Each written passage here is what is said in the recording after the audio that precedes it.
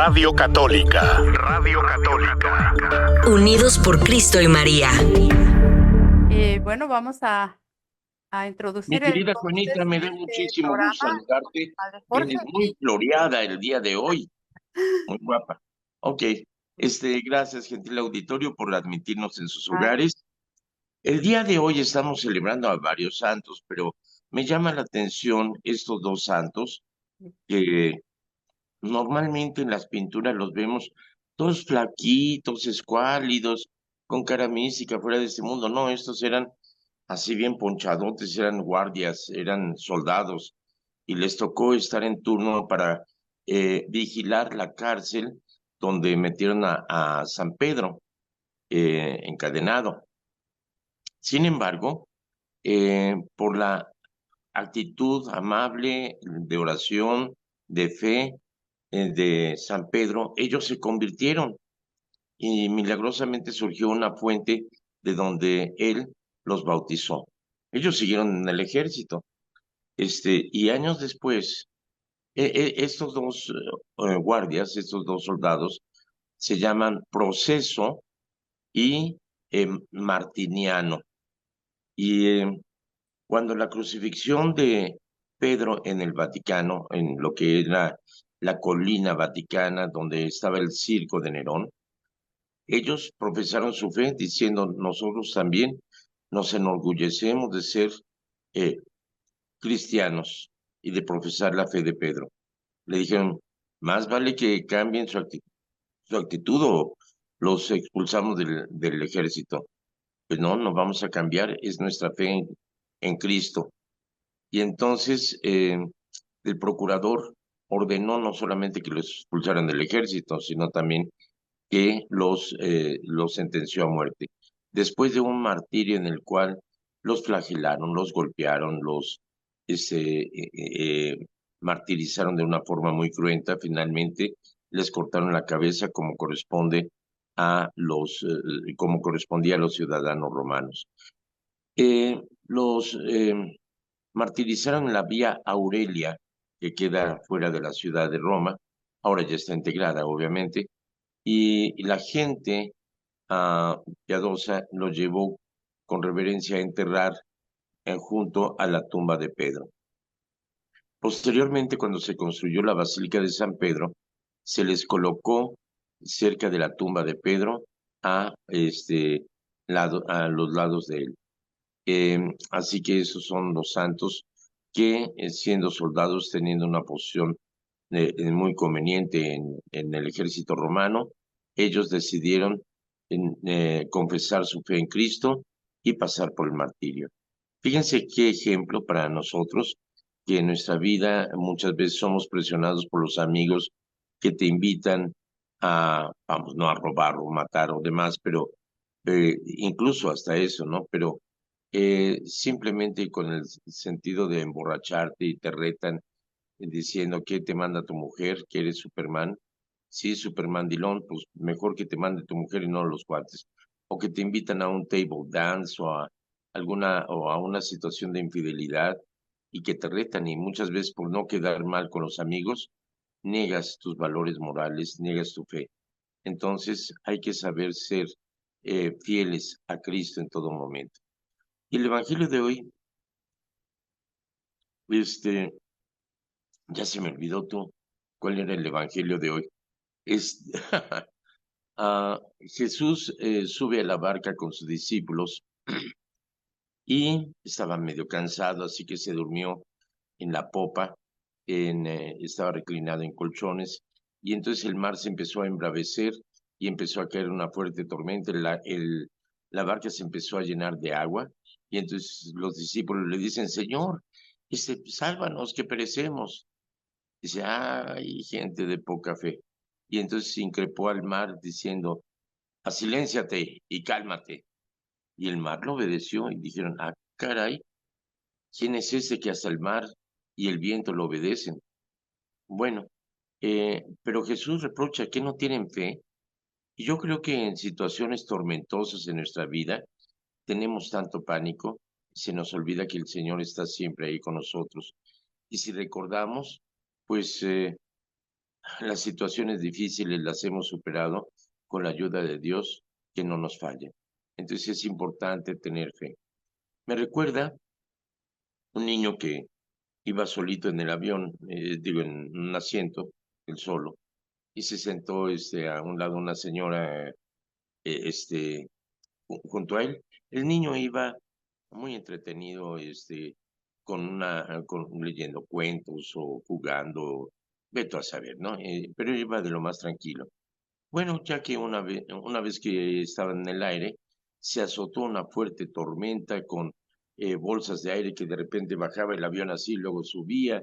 La señora entrada en pánico, agarrada hasta de los dientes, y el niño tranquilamente ahí leyendo su cuento y de lo más tranquilo, de vez en cuando viendo por la ventana y demás. La señora llena de pánico dice: Niño, ¿no tienes miedo? Dice: No, ¿por qué? Es que es peligrosa esta tormenta. ¿No tienes miedo? Dice: No, mi papá es el piloto. Fíjate qué confianza, ¿no? Sí. O sea, mi papá está a cargo, nada me puede pasar.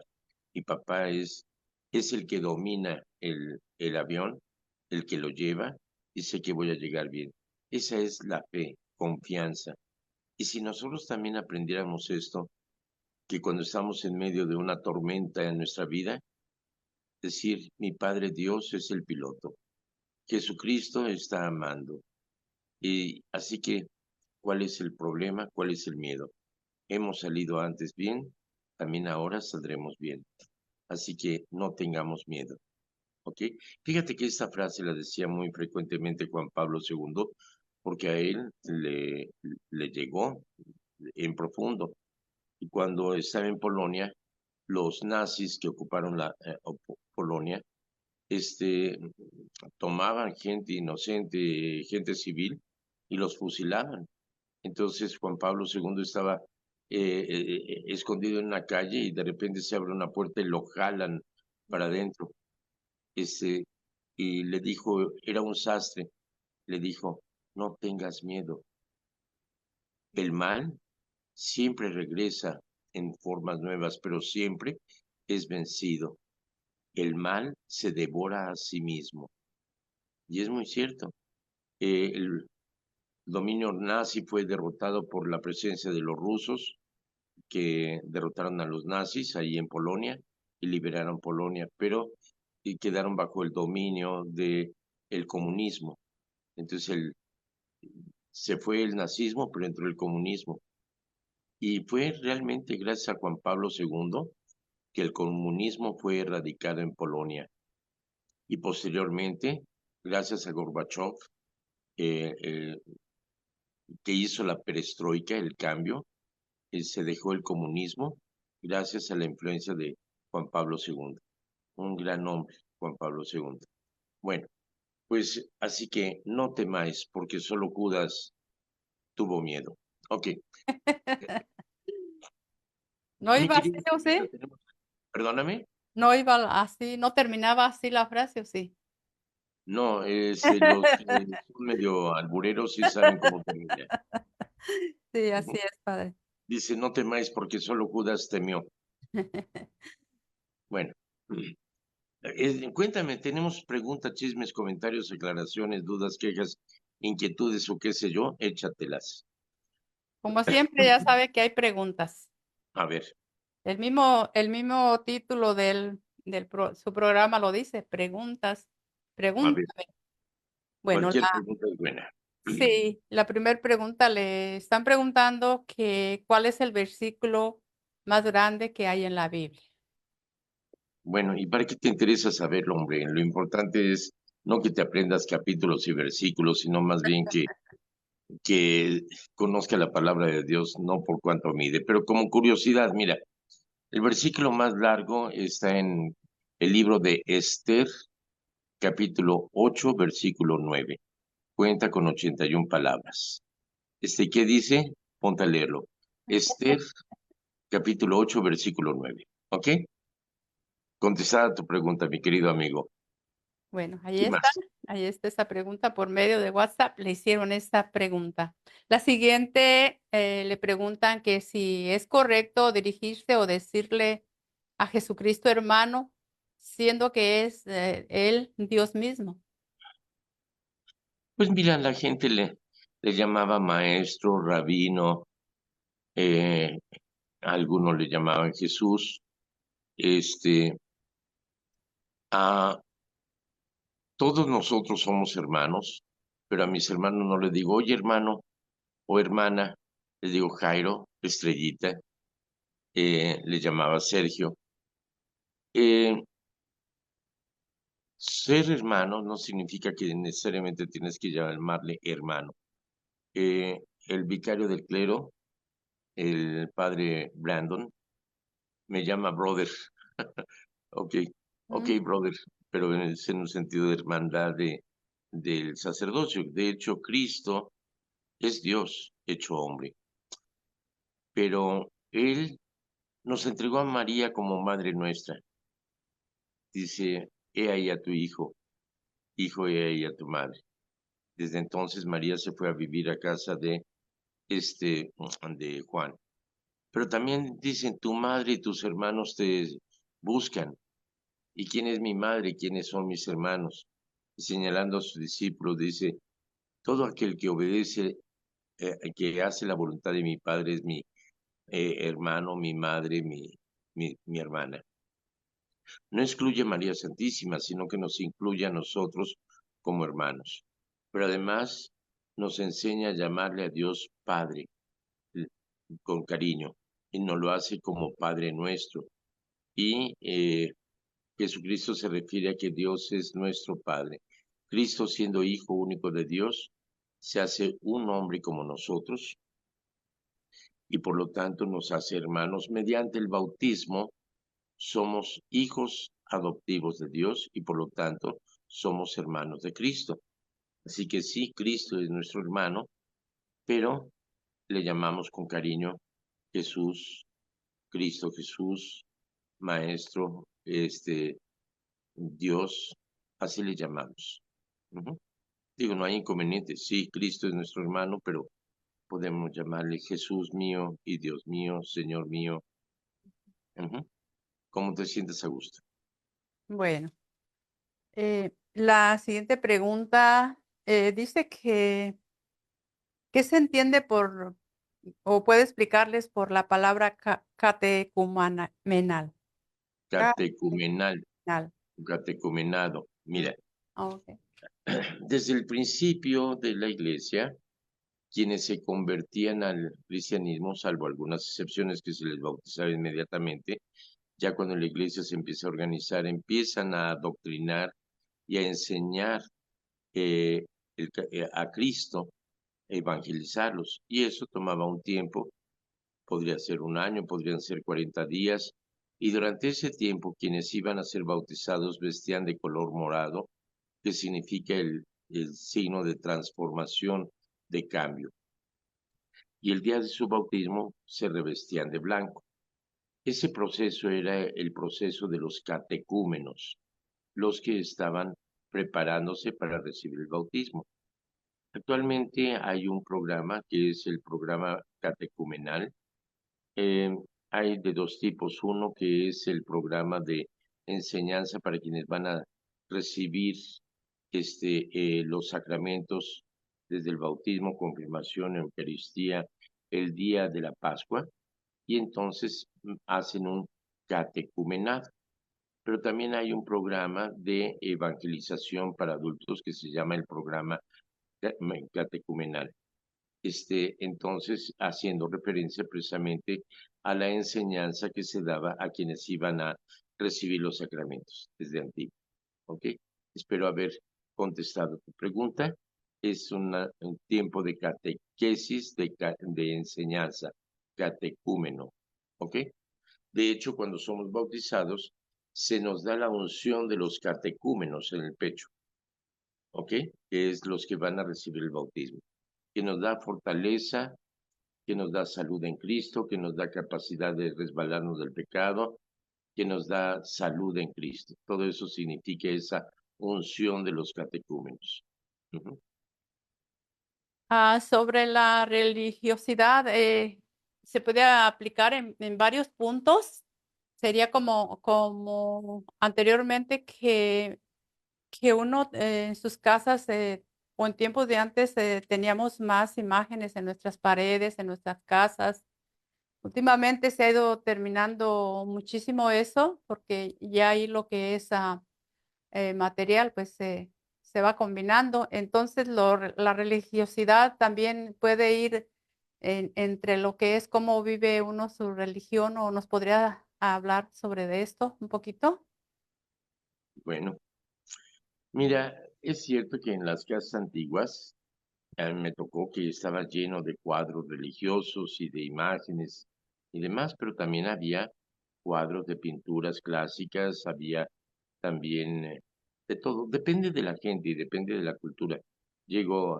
Por ejemplo, llegaba a una clase, me sorprendía ver en una vitrina los, eh, la parejita del pastel de bodas, el novio y la novia ahí, y veía juguetes que daba McDonald's y demás, todo combinado ahí en una vitrina, ¿no?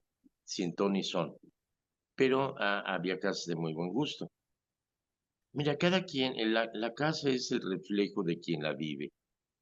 Entonces, en una casa normalmente se ponen las fotografías familiares, porque la familia se siente orgullosa de presumir a su familia.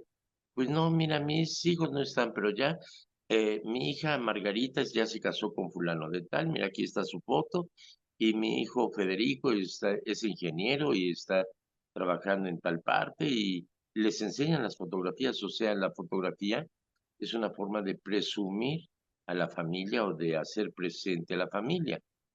Eh, con mayor razón cuando tenemos unas imágenes de Jesucristo que nos recuerda que Cristo dio la vida por nosotros, que nos recuerda María Santísima con ese amor materno, que nos recuerda algún santo del cual somos devotos y es parte de nuestra familia y qué bonito. Pero en sí, un creyente ni siquiera necesita llevar un escapulario o una medalla o un crucifijo, sino llevar a Cristo en su corazón, llevar la fe en su corazón, aunque no traiga medallas o aunque no tenga cuadros en su casa. Pero las imágenes son el Evangelio para aquellos que no saben leer. Las imágenes nos recuerdan ese amor de alguien que ha seguido a Cristo, nos recuerda el amor de Dios nuestro Señor a través de Cristo Jesús, que nos ha salvado, nos recuerda el amor de María Santísima. Así que qué bonito. Ujú. Bueno, Bien. espero haber explicado y dado una respuesta a esa inquietud. Claro que sí, muchas gracias. Mire, tenemos una pregunta de Pedro y Toña Estrado. Primero nos envía saludos a todos y dice, Pues, Padre, en lo que sabemos de San José hay muchos documentales. Se dice que José era viudo y que con su primera esposa tuvo hijos. ¿Esto pudo haber sido cierto? Pregunta. no, no, no en absoluto. No, Hola. no. Este, quitas el micrófono, ok, bueno. José es descendiente del rey David. Ah, su padre es Jacob y no recuerdo el nombre de su madre, pero él era el heredero al trono oficialmente, aunque estaba ocupado por el rey Herodes. Pero él era reconocido además como descendiente del rey David, o sea, era un miembro de la nobleza. Obviamente tenía el oficio de carpintero, que no hay que decir, pues es que no estudió o demás, no. La carpintería era un oficio muy requerido, ya que no se había hecho la industria metalúrgica o el plástico, la formaica, entonces casi todo se utilizaba como madera, como un elemento más propicio para hacer construcciones, incluso para hacer aldabas y demás. Entonces era un oficio muy bien apreciado y muy bien remunerado. Entonces sí, no era de la pobreza. En la antigüedad se le pintaba a San José como un ancianito para justificar la castidad con la Virgen María, pero en realidad eran jóvenes. Tanto María, bueno, María era una jovencita de 15 años y José era un hombre joven y trabajador, pero no era un anciano. Ujú. ¿Qué más, mi querida Juanita? Prende el micrófono para que te escuche. No Lo que está, pasa ya, ahora. que lo que pasa es que ahorita entraron aquí alguien que vino a visitar una radio escucha que vino y traía ya a sus niños y aquí andaba Y los mostrando. niños como dan lata, ¿verdad? No es cierto. No, ya están grandes, son adolescentes y te los trajo porque querían venir a conocer. Entonces son más latosos que cuando son niños. Sí, sí, está difícil. Sí, Bueno, bueno, pues sobre María, alguien está preguntando, me recuerdo que ya una vez le habían hecho esa pregunta, preguntó sobre qué desierto hay sobre la imagen que hay de la divina infantita. No me recuerdo qué les contestó ya hace como un buen tiempo que ustedes le hicieron esa pregunta. Sí, ¿y qué hay al respecto? ¿Cuál es la sí, pregunta? sí, sobre qué hay como desierto, dice. Es cierto que sí se le puede como reconocer como cualquier imagen que ya está reconocida. Bueno, si no me equivoco, la Divina Infantita es una imagen de la Virgen María, ¿cierto? Sí, Cuando me era dijo niña. que está pequeña y fue lo único que me platicó, que es una imagen de una, como bebé, está recostada esa imagen que Sí, ella pero es conoce. que hace referencia a la Virgen María, Ujú, sí, ¿cierto? sí. Bueno, la Virgen María alguna vez fue bebé y entonces en realidad se venera a María Santísima, como también tenemos imágenes del niño Jesús A ver, cuando está recién nacido y el niño Jesús de niño, el niño de Praga. Entonces, en cualquier momento Jesús es Jesús desde su nacimiento hasta su ascensión. María Santísima también nació con una pequeña, se le consagró al templo a la edad de 3 años, y entonces esa imagen de la Divina Infantita, haciendo referencia a la Virgen María, nos hace referencia a María Santísima, también niña, que como también nosotros nacemos pequeños, y es solamente una veneración. La imagen en sí no tiene nada que ver. Es decir, el Señor de Chalma es más milagroso que el Señor de los rayos o que el Cristo del veneno o demás. No, es el mismo Cristo. La imagen nos recuerda el amor que Cristo nos tiene. No es la imagen más milagrosa que otra, es la fe en Cristo. La imagen, no seamos idólatras, ni creo que lo seamos. Sabemos que es una escultura hecha por mano del hombre que nos recuerda el amor inmenso de Cristo nuestro Señor, como las imágenes que tenemos hechas por un pintor o un artista nos recuerda ese amor de los santos a Dios nuestro Señor y que interceden ante Dios por nosotros. La imagen en sí no tiene nada que ver, sino que nos inspira la ternura de la Virgen María, que fue una niña que creció y que se convirtió en la Madre de Dios encarnada. ujú. Muy bien, muchas gracias. Otra pregunta que sí que es tener guerra espiritual, ¿cómo aplicarlo a nuestra vida? Sí, para reconocer esto. De hecho, San Ignacio de Loyola hace unos retiros, un retiro espiritual, da las bases para ese retiro, un procedimiento en el cual es el ponernos en la presencia de Dios, es el descubrirnos tal como somos ante Dios y ver cómo Dios nos ve con ojos de misericordia. Pero dentro de esa meditación, en ese discernimiento, vemos que hay que se manifiesta el ángel de luz, que nos da paz, que nos da sosiego, aunque muchas veces empieza por zarandearnos para que reaccionemos, y luego nos da una paz como resultado de esa meditación. Pero algunas veces llega el ángel de tinieblas, o sea, el demonio, que llega como ángel de luz, que nos trae paz y regocijo, y luego nos deja en la más grande depresión.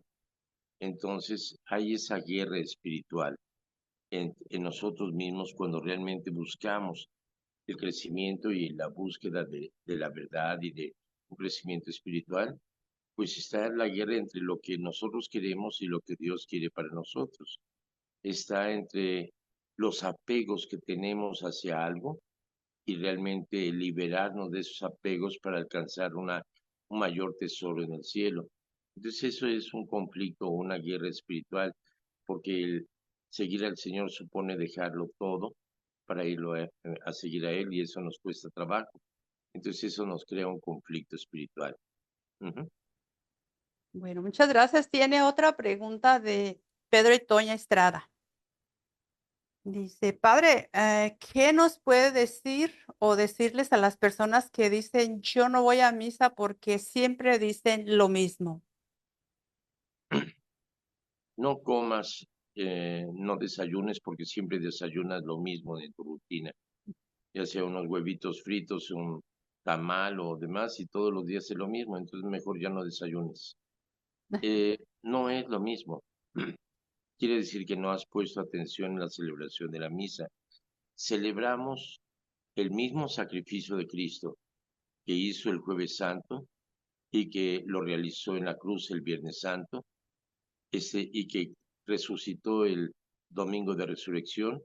Eso es lo que celebramos.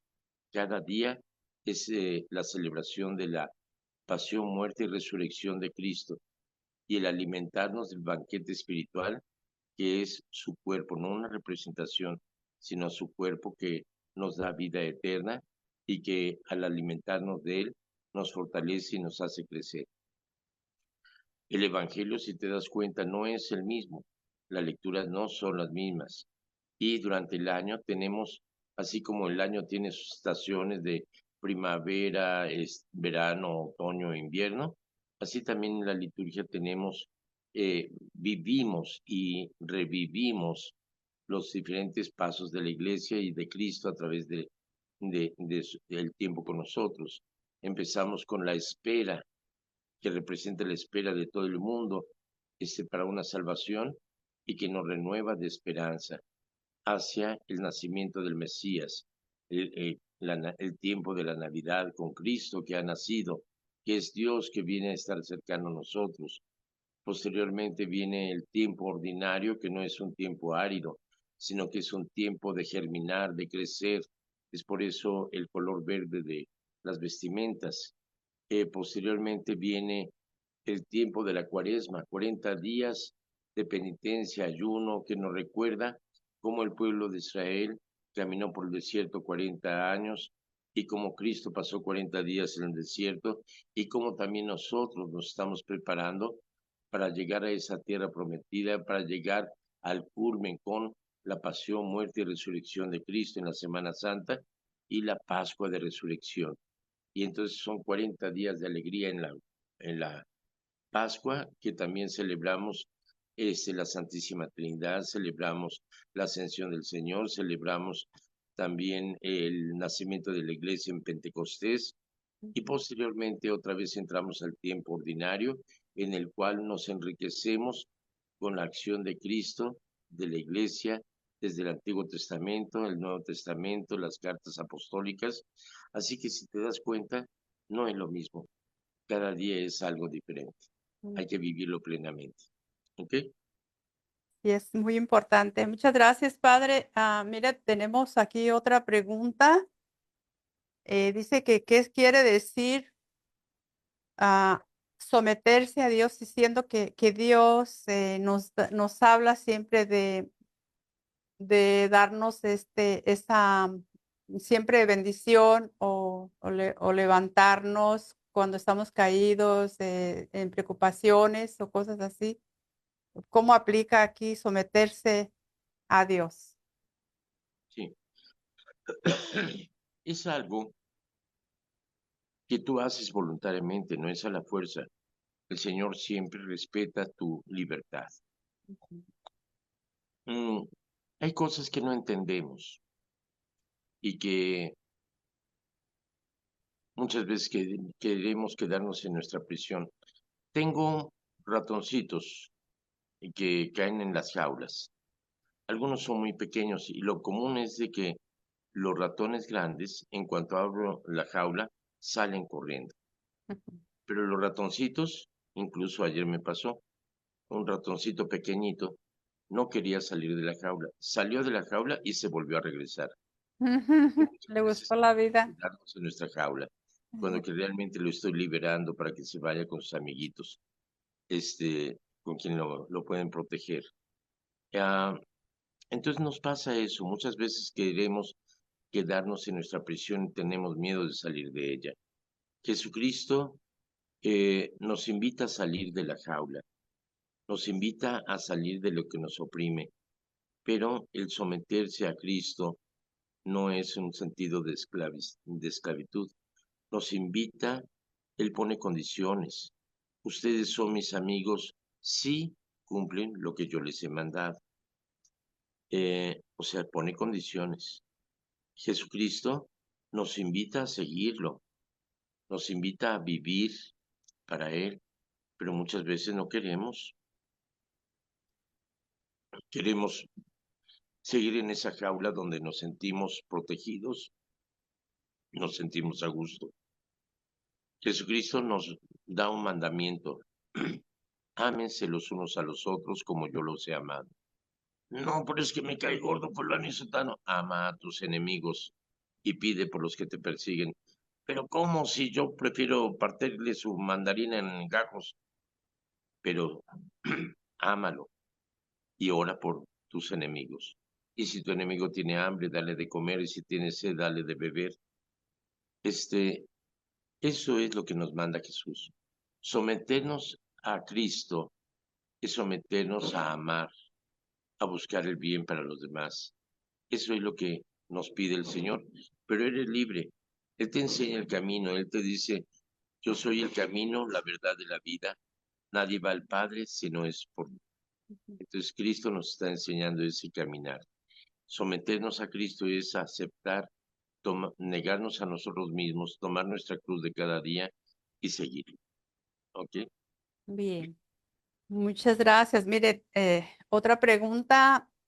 Esta señora dice que ella no se recuerda en cuál versículo, en qué parte de la Biblia leyó hace tiempo, donde dice que sus antepasados van a dar menos cuentas de lo que les enseñó sobre lo que es la de Dios, porque en esos tiempos tenemos muchísimo de dónde aprender.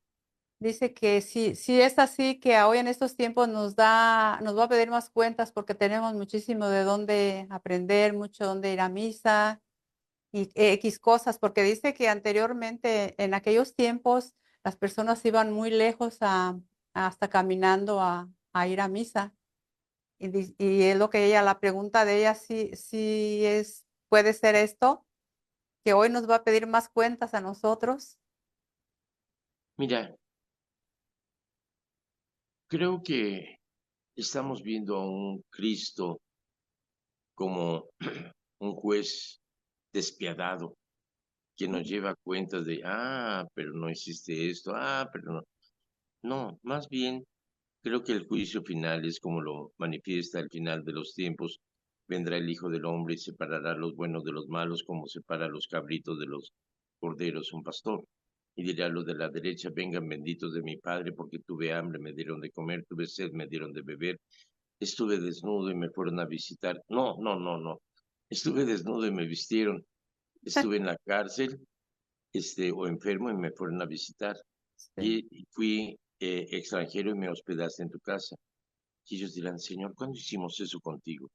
Ujú. Pues cada vez que lo hiciste con el más pequeño de mis hermanos, conmigo lo hiciste. Y dirán los de la izquierda, vayan malditos al fuego eterno porque tuve hambre, no me dieron de comer, tuve sed, no me dieron de beber, estuve desnudo, no me vistieron, estuve en la cárcel, o enfermo, no me visitaron, fui inmigrante y me echaste a la migra, me deportaste. Dirán, ¿cuándo hicimos eso contigo? Si te hubiéramos visto, te hubiéramos ayudado. Aquello que no hicieron con el más pequeño de mis hermanos, conmigo no lo hicieron. Entonces, más bien el juicio es sobre el amor. Realmente, si tú has amado, si tú has hecho el bien, no tengas miedo, te vas a encontrar con un Cristo que te va a decir, bienvenido, te estaba esperando. Si tú rechazaste seguir a Cristo, no es que Cristo te corra, es que tú simplemente no lo aceptaste. Muy bien. Bueno, pues muchas gracias. Gracias por todas estas respuestas que nos hacen pues aprender. Nuevamente les recuerdo este video, este tema pues se va a escuchar nuevamente a las 10 de la noche para todos aquellos que quieran volver a escucharlo. Y pues creo que con eso terminamos, padre. Esta era la última pregunta. Muchas Muchas gracias, mi querida gracias. Juanita. Gracias al gentil auditorio. Que Dios les acompañe, les colme de gracia y bendición en el nombre del Padre, del Hijo y Padre, del del Hijo, Espíritu del Santo. Amén. Espíritu Santo. Amén. Hasta la vista. Que les Amén. vaya muy bien. Gracias. Igualmente para usted. Gracias a usted. Radio Católica, unidos por Cristo y María.